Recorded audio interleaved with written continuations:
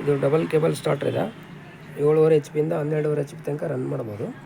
ಇದರಲ್ಲಿ auto starter, preventer, PFR, amps meter, volt meter, timer ಎಲ್ಲ ಇದರಲ್ಲೇ ಬರುತ್ತೆ.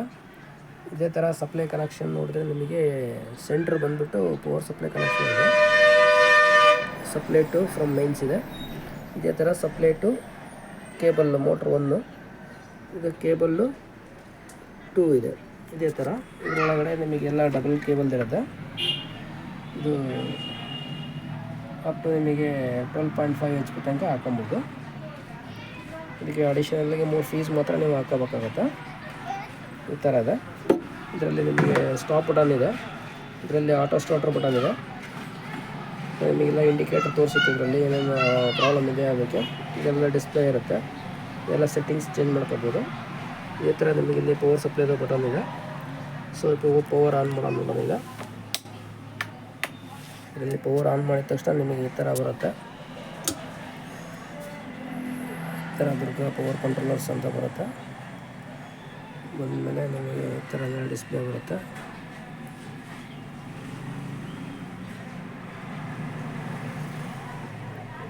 ಇದು ಆಟೋ ಸ್ಟಾರ್ಟರ್ ಆಫ್ ಆಗಿದೆ. ನಮ್ಮದು ಹೆಲ್ಪ್ಲೈನ್ ನಂಬರ್ ಇದೆ. ಆಟೋ ಸ್ಟಾರ್ಟರ್ ಆನ್ ಮಾಡಿ,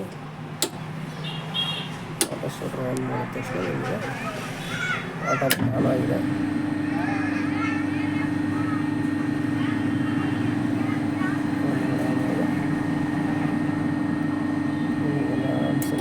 ತಗೊಳುತ್ತೆ.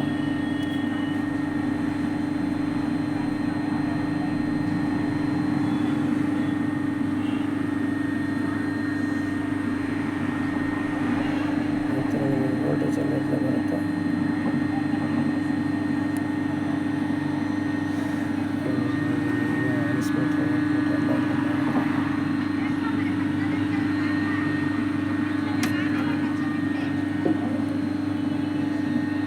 ಇದು ನೀವು ಓಡ್ತಾ ಇರ್ಬೇಕಾದ್ರೆ ಸ್ಟಾಪ್ ಮಾಡಿದರೆ ಅದು ಸ್ಟಾಪ್ ಆಗಿಬಿಡುತ್ತೆ.